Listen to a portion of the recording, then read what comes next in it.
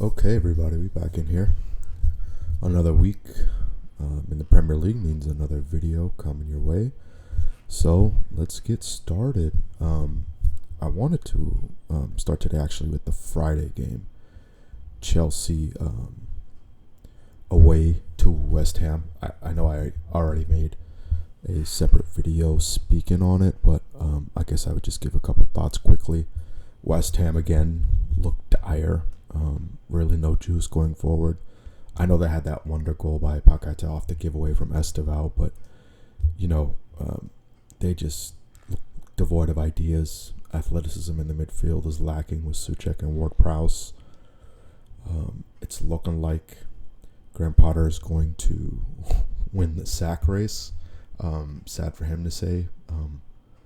And Wan-Bissaka probably had his worst game in a West Ham United shirt, if I had to guess, but I don't know what to say about them.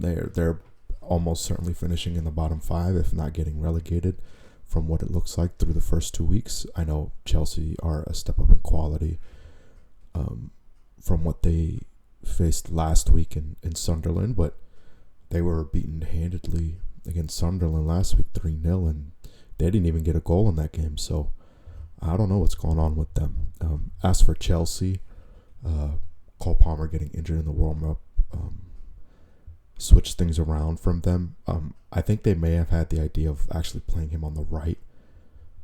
I didn't mention that in the video previously, but I think that was probably the original plan, with Pedro Neto being the one holding the width on the left-hand side and João Pedro in behind. And so it didn't change things for this game with Esteval coming in for him. And I'm actually happy to see that he was willing to, Enzo Maresca was willing to play Cole Palmer on the right-hand side, considering he was almost exclusively central last season, because he didn't want to have any fullbacks on the right-hand side holding the width. But with Gusto there, I'm glad to see that he's probably giving up on him, inverting into midfield. We'll see if that stays, but so far so good for Chelsea. A great bounce back for them after a frustrating draw versus a good Palace side who have now lost Eze. We'll get into that later on, but they've it's a good bounce back. They have Fulham next week. We'll see if they can continue their form moving forward. We're going to go to the marquee game of Saturday, the early game. Manchester City home to Spurs, Tottenham Hotspur. Manchester City 0, Spurs 2. I guess at this point, Spurs are just... City can consider Spurs their bogey team. I mean, they in the last 10 matches, City have lost 5 times to Spurs, including the last 2 home fixtures, resulting in a loss. They even had in that time period, a draw as well. It just looks like Spurs has their number. It doesn't matter how many the players or the last few managers that they've had. It's just, I don't know why Pep just can't seem to figure that team out. Looking at their lineup, Marmoush came in for Doku. I believe Doku began the match last week, and Cherky coming in as well in that 10 role. I think they probably just need to find some balance with their team. Pep needs to figure out the right combinations, but they have way too much talent. I think this is just a match against a really good side, a re-energized side, coming off a trophy with a new manager. So, it happens. It happens frequently versus Spurs for them, but, matches like this do happen. I'm not really worried about them moving forward. I am curious, though. Rodri, I think, came in for Nico Gonzalez in this game. I thought, as I mentioned last week, that he was out until after the international break. I'm not sure what's going on with him and his injuries, whether they were kind of being deceitful on purpose in order to bring him back. Maybe I got the wrong information. I don't know. But hopefully he can stay healthy for them, because him being that holding midfielder, I think, unlocks a lot for them and makes them obviously title favorites in my opinion, but at the very least title contenders. I do want to go through a couple of the goals. Richarlison again looks good for the third straight game under Thomas Frank. He looked good against PSG at the Super Cup. He looked good last week as well. And again this week, running onto that knock-on and finding Brennan Johnson at the back post, which is at this point a Brennan Johnson special. He, for some reason, he doesn't, whenever I watch Spurs play and he's playing, he doesn't seem like he's doing anything, and then he'll randomly pop up for a goal. I'm not sure why that is, but, good for him. Johnson scores again. Ole, ole, I guess. That second goal, Paulina's goal, for me, James Trafford clearly was bought for the future. He's not ready to be the number one keeper for a title contending side and a team that wants to compete in the Champions League. I imagine that the original plan was for Ederson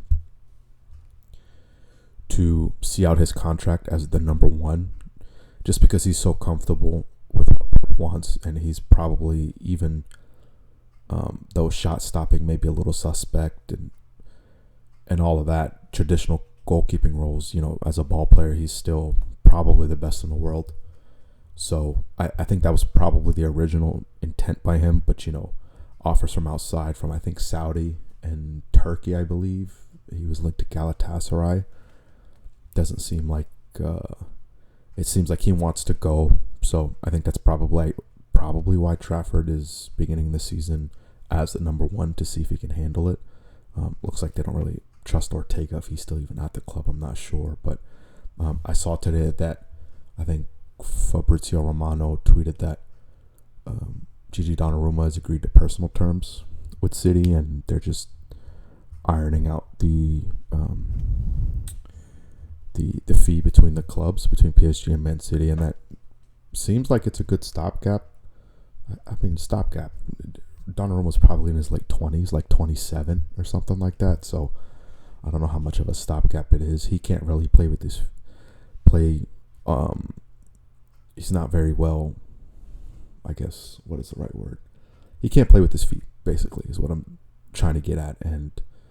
But he's an elite shot stopper, so maybe that's really all they need. I don't know. We'll see. For them, they did have a couple chances in the second half that I think they probably should have scored. I think Haaland had a header, as well as I think there was a press in the second half where Bukayo kind of put Van de Ven in no man's land with a pass after Haaland pressed the keeper, and Bob kind of intercepted the pass and got it to Haaland, and he tried to lay it off to Cherki. I think it was like the 53rd, 54th minute. So we'll see. That probably should have been a goal, but I just think they just need to find the right balance, and it'll take them a few weeks. But the next couple fixtures aren't so easy, because they don't have much time to figure it out. They have Brighton away next week, United at home after that, and then Arsenal away after that. So they need to figure it out quite quickly, because these next 3 weeks, they don't want to fall behind and fall off the pace, because although I think they're going to win the league, if they fall behind early, it could fall apart again. That's what happened last season after Rodri got hurt. That November to January period before they started picking things back up after being eliminated in the Champions League was not very good, and left them with too much work to do. So we'll see. Good from Spurs again, and City I think just need to kind of put it together. We'll see. Moving forward, we're gonna go to I think my favorite match of the Sunday games. Everton at home and at their new stadium. I think they call it Hill Dixie. Is that what they call it? Home to Brighton. I want to actually start with Brighton. Danny Welbeck had a terrible game. I know in like around the 20th minute, Kuba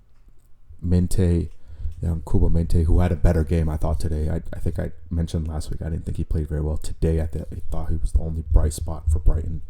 He plays the ball into Welbeck, who's in front of an open net. It's a little behind him. I think Danny Welbeck has to do a little better. Mente, maybe the pass could have been better as well. But in any case, that should have resulted in a goal. I think that penalty in the second half, I saw that, I think it was O'Reilly who was taking penalties for them previously, the last couple maybe, and they gave it to Welbeck today, who, when I saw him hesitate, I just was like, yeah, they are he was going to miss as soon as he just kind of psyched himself out. And from then on, I think it was pretty clear to anybody who was watching that he just was not confident in himself in that situation. I do want to go through a couple of the Everton goals. You know, that first goal by Ndiaye, it was great hold up from Barry, who I haven't seen before. Didn't know that Everton had him. I think he was in La Liga last season. He came in for Beto in this game, and he had a couple good moments of hold up play. He held up the ball, and got it to Gay eventually, who got it to Dewsbury Hall, out wide to Grealish. Grealish drives the line and crosses it in for Iliman Ndiaye, who gets on the end of it. He scored the last goal at Goodison and the first goal in their first match in their new stadium. So I think pretty cool moment of history for him. Grealish, by the way, looks very bright and energized again. He seems to be playing. I think the drop in pressure for him, he doesn't have as much pressure here as he did at City, being their 100 million pound or euros or however much it was. The $100 million euro man for City, all that pressure, the number 10, you know, he was good in that treble season, but the last couple seasons kind of fallen off a cliff. I think the drop in pressure not being the focus of a title challenging team and his performances or lack thereof, I think will really help him find himself again. So yeah, really good for them. Tarkowski had that really bad giveaway in the 45th minute. I mean, he didn't even look. He kind of just played the ball back to Pickford, and it was picked off, and Ayari, who probably could have cut it back to Matoma for an open net goal, tries to shoot it himself, and Pickford bails Tarkowski out. And so, yeah, I don't know. They do have a couple of holes, this Everton side. I think I pushed for them to finish in the top 10 this season, but looking at it, O'Brien, I think, is a natural center half. He played at right back. And Garner, who obviously is a midfielder, moonlighted as a left back with Mikalenko out. It actually played into Brighton's game plan where they were playing the diagonal balls over the top onto Minta and Matoma to drive into the box and create chances from there. I think that's probably something they need to solve. We'll see. I haven't seen anybody linked to them, but they do have a couple holes that can be picked at that might keep them from finishing in that top 10. Aaron Bonham, is that how you pronounce it? 42 for Everton. I thought he was really bright as well. But yeah, good performance from Everton in their new stadium. They started it off with a win, and looking forward to see what they have going next. Real quick, Idrissa Gueye, 35 years old, is the engine for this team. We'll see if Eric Bonin can succeed him, but he's still really, really good. And yeah, wonder goal from James Gardner as well. That made it 2-0. Another layoff, second assist for Grealish. That was a really nice goal, and that was my favorite match of the day. Moving forward we're gonna go to Manchester United 1, Fulham 1.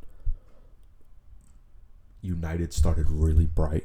Cunha could have had a couple goals. I think he hit the post off a layoff from Mount, and then that long ball from Bayindir onto Cunha, who that was a world. If he would have scored that goal, that might have been like a goal of the season contender, because that was incredible. I think Matoma had, ironically, being a Chelsea supporter and the fact that we just spoke about Brighton, Matoma had a goal like that against Chelsea last season, where he beat Trevor Chalobah to the ball off a long ball. I can't remember if it was from the keeper or not, but it was a similar sort of play in this game where if Cunha scores that world class save from Leno, they could have been off and running because they always seem to start this way.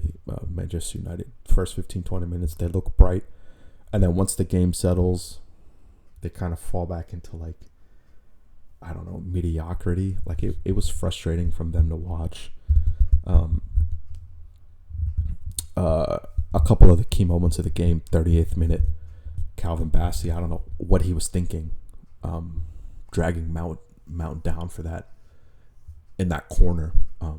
I know in previous times he might have gotten away with it, but it's still an idiotic decision to make. And then Bruno, I saw there was like a clip of him where the ref kind of interrupted his like preparation from the penalty. I don't think that's an excuse to sky it like that. I mean, that thing, he skied it over. I think that ball ended in Stamford Bridge. Like, that just was not a good pen. I don't think Bruno had a good game in that double pivot. He is not in this system in a two-man midfield. He's not suited for that role. He has to be a 10, and I'm going to keep banging on that. The problem is that Manchester United don't have the midfielders. Amorim is clearly not in favor, does not want to play Kobe Mainoo, which I feel bad about because I think he can develop into that person who can play in a double pivot or a three-man midfield or whatever, but he seems like a future key midfielder for Manchester United. He can't even get a look in through 2 games. And Bruno in this system, Casemiro I thought was solid again. But Bruno again, I just didn't think it was very good in this game. That 1-0 goal, Leniero, I mean, he got lucky, it deflected off of Muniz, but I mean, whatever, they'll take it. That ESR goal, Emil Smith-Rowe, when he came on, again, it was a midfielder not tracking Emil Smith-Rowe's run. It was probably Bruno, I think, again. And it kind of shows that, like, the biggest hole with Manchester United in this team, why I don't think they can finish in the Champions League places and probably will finish between 6 and 9, if they can even get it together, we'll see, is that midfield. I mean, Casemiro there, who wasn't in favor under Erik ten Hag, and now is almost a necessity. He's played well, but he's, however old, is their only competent, I think, midfielder to this point, intelligence-wise and positioning-wise, to be playing in that double pivot, and he lacks the mobility to do it consistently, especially with a partner as undisciplined as Bruno, and that's really their biggest hole. Baleba, I don't think they're gonna, unless they come with like a crazy price that Brighton has set. As long as if they match that, then maybe, but otherwise, I don't know. I mean, when they went down, when they were chasing a goal, they took off Casemiro, moved Mount down into that double pivot with Bruno, and then moved Cunha to the 10 and Sesko up top. I mean, that just left the midfield completely open, and as a result, they had to bring Ugarte in, who, while is a good ball winner, as I said last week, he can't play in a two-man midfield just because he can't play on the ball. He's not good enough for it. He has to play in a three-man midfield with a lot of help, because he's not going to progress the ball at all. And it shows. I think Ruben Amorim at this point, like Manchester United, they have to bypass the midfield. It's the reason Bayindir's ball over the top to Cunha works so well, because they can't play the ball into midfield and play through teams. They have to play over the top or around them. That's their biggest hole that they need addressing, because the front three, they have a lot of talent. Whoever they play, Sesko, Cunha, and Mbeumo, Mount, Bruno, who I think should be there, and Xerxes. Like, that's really, really good. Ahmad at right wing back, or as a 10. He's probably just going to be their main right wing back, because I don't think Dalot is very good in that sort of situation. Dorgu, I don't know who they have backing him up. I was thinking that during the game. Like, what happens if he gets hurt? Does Luke Shaw step up and play left wing back? I don't think he has the mobility for that any longer. But their 3 center backs, I think, are so far so good. Luke Shaw, I mean, he's going to get hurt, but De Ligt, Euro, Maguire coming in for them, Heaven as well, looks decent. But yeah, Bayender, they need a new keeper. He looked better on the ball, but still shaky on set pieces and corners and being confident in claiming crosses and that sort of thing. I saw that they were linked to somebody. I'm forgetting that person's name, but midfield and keeper, they have a week to address those holes, and if they don't, I just don't see any way they push for the Champions League places, which is, I imagine, their aim. Top 5, hopefully, but it's looking like closer to 10 than 5 at this point through 2 games. I do want to mention the manager, Ruben Amorim.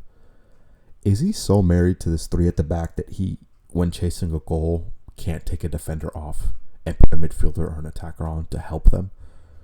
I mean, when it was 1-1, he takes off Luke Shaw and Euro and puts in Maguire and Heaven. That doesn't... They have too many options going forward for that to be the solution when chasing a goal. I mean, you can't tell me that Kobe Mainoo couldn't have come in for, Luke Shaw, for example, and you moved to a 4 at the back. You add some assistance into that midfield to help Ugarte, who you had to bring in because you vacated the midfield by taking Casemiro out and putting Fernandes and Mount in a double pivot, which, while both of them, that's a more mobile midfield than having Casemiro in there, they don't have the discipline positionally out of possession to make that work. So, I don't know. I mean, in his 29 Premier League games, Amorim to this point, 15 losses, 28 points in 29 matches. That's terrible. That might be the worst record a Man United manager has had in their history, if I had to guess. He just... I don't know if he lasts through the November international break with the way he has his team playing right now with some of the holes that they have, unless they address them.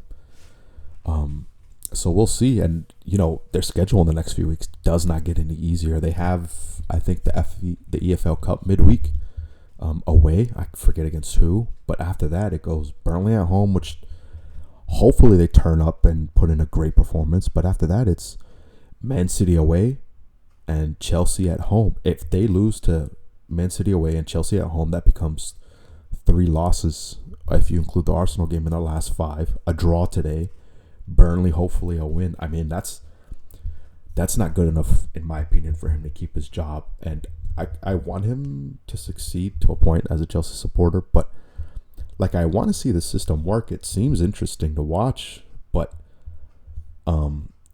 he's not... It doesn't seem like it will with the way that this team is constructed. So yeah, we'll see. Moving on to Fulham. I think they started Castagna at right wing and Sessegnon at left back. I don't think that lineup graphic is accurate, but it's more of the same from them. They have a couple bright moments. I'm surprised they started Muniz. I thought he was rumored to leave. But in any case, Leno's a great shot stopper. Calvin Bassey moving into center back as opposed to left back that he played last week. A lot more comfortable. Played a lot better today. Apart from that penalty that he gave away. But yeah, more of the same. No signings still. Marco Silva was not happy in the post-match press conference. And even since the season started, speaking about how they haven't done any business, he I think wants probably at least 3 players. They've been linked with a couple of loans. We'll see. Reece Nelson, if they get him back from Arsenal. Raheem Sterling from Chelsea, if they're open to that.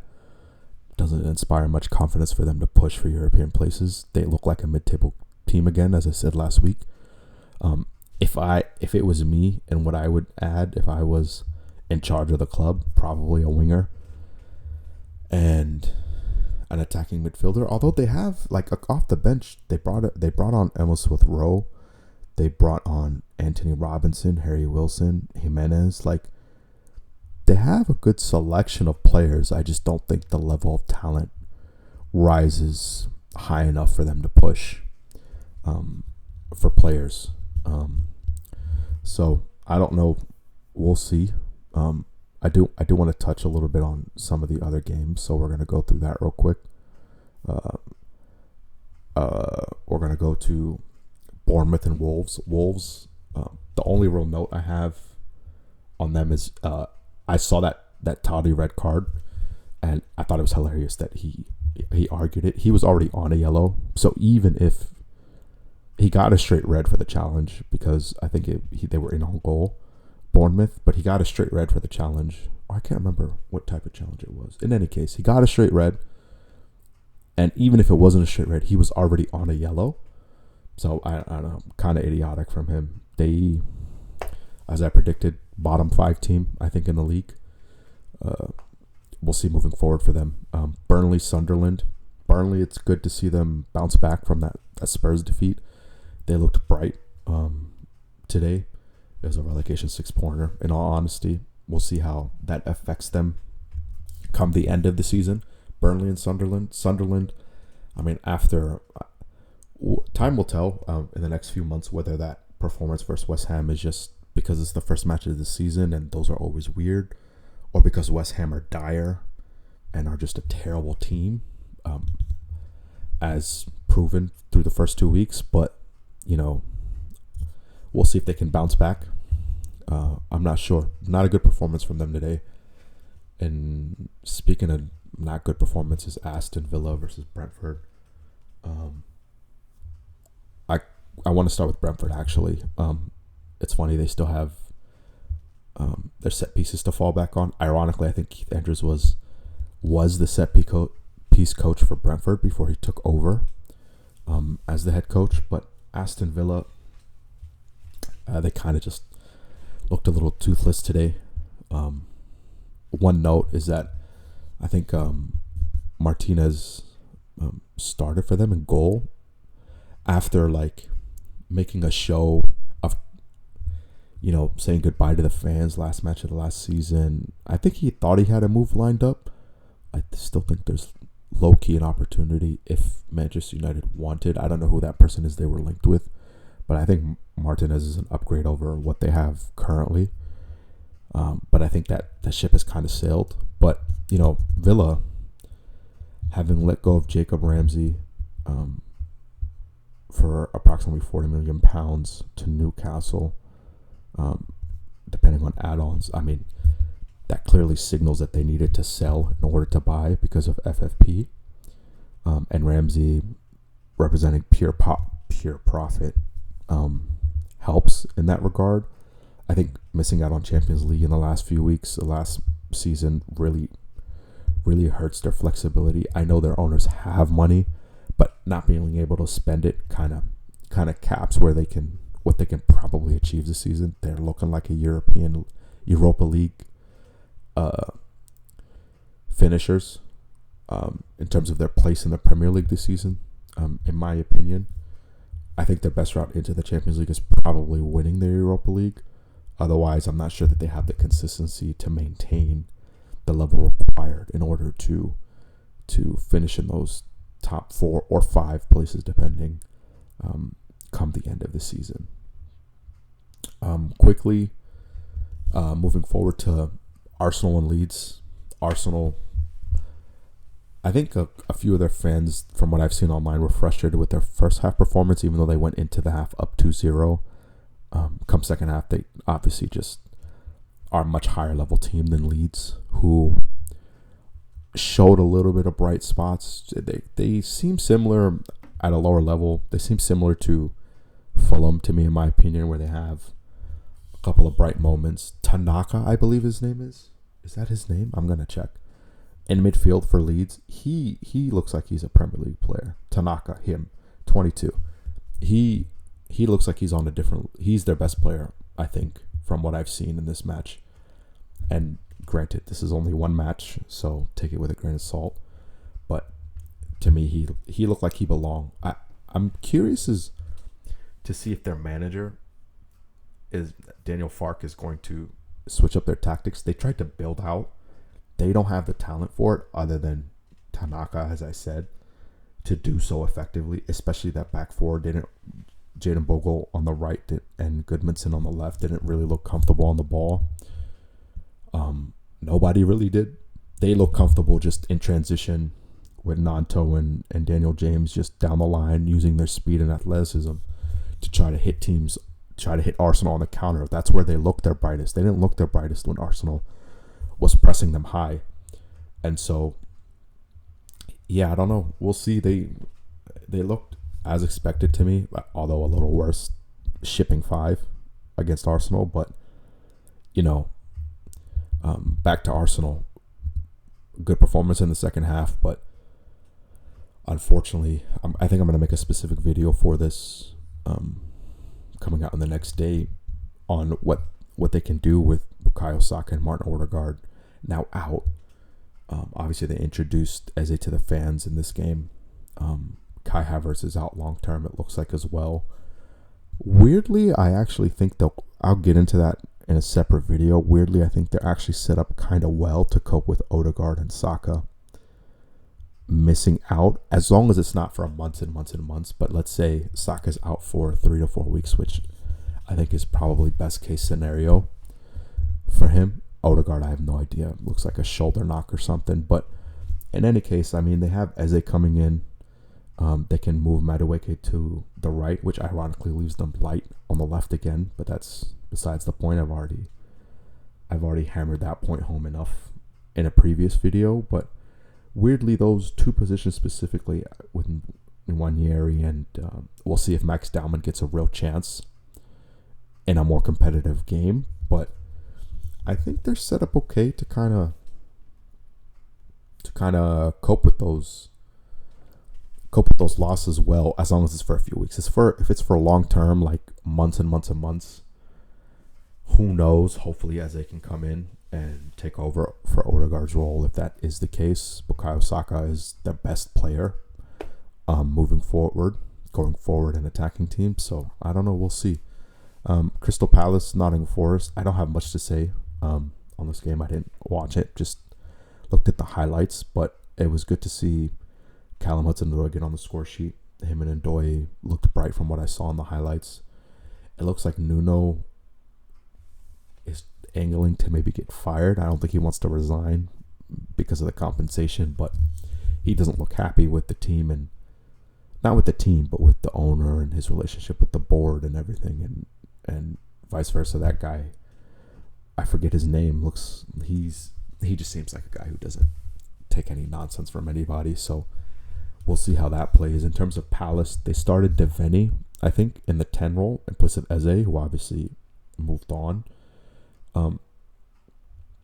We'll see if they move to like almost like a 5-3-2 with Sarr and Mateta playing closer together, and if that's how they play moving forward, it's good to see that Sarr got on the score sheet again, because especially with Kamada out, they don't really have like a 10 anymore that they can play through and be a source of creativity for them. So I wonder if they just fall back on being more structurally sound and then really allowing their fullbacks to fly and get out wide in transition on fast breaks. I saw that they were rumored to potentially today. I saw maybe Conor Gallagher for Atletico Madrid, who has fallen out of favor in their 4-4-2 system there. Doesn't really seem technically capable of playing in a double pivot for them. So in turn, he gets pushed out wide. So I think as a result, if Crystal Palace go the route of being a more of a 3-man midfield, I could see Conor Gallagher being a good pickup for them again. He played well and was well liked for Palace and their fans a couple years ago when he was on loan from Chelsea. He's a good box crasher as well. So I think it'll help them a little bit. But if this is the team that they have moving forward, we'll see about Gahey. But I think they have enough to not be in a relegation fight, obviously. But, with Europe, I thought they would have. I understand financially it's not the same as being in the Europa League, but winning the Conference League is a good opportunity for them. So to get into the Europa League, so I'm surprised they're not a little bit more active in trying to gain some incomings before the window. We'll see. There's still a week left. There's still a lot of unfinished done, not only in the Premier League but around the world. It seems like things have stagnated. So we'll see. We do have a Newcastle Liverpool match on Monday, 8 p.m. UK, 3 p.m. my time, 3 p.m. Eastern. That with the Isak, drama going on, looks like it's going to be an interesting and competitive matchup. These two teams also, they're known for being a little bit spicy, especially Newcastle with Bruno and Joe Linton in midfield, and so I'm really looking forward to that game. And we'll see about them. I know Liverpool have a chance to set the pace here with Man City dropping points, Arsenal having some tough couple games coming up, and their two best creative outlets on the right-hand side looking like they're going to be out for however many matches, we'll see. But Liverpool have a chance to set the pace early, and I think their consistency last season, if it carries on this season, have a real shot to jump out to like a few points lead going into the first international break. But yeah, those are my thoughts on the weekend's Premier League fixtures. I think maybe depending on how interesting Newcastle and Liverpool are, I'll come back with another video, shorter video, obviously, speaking about that. But in any case, if you come across this video, leave a like. Appreciate you for watching, and I'll see y'all later. Bye.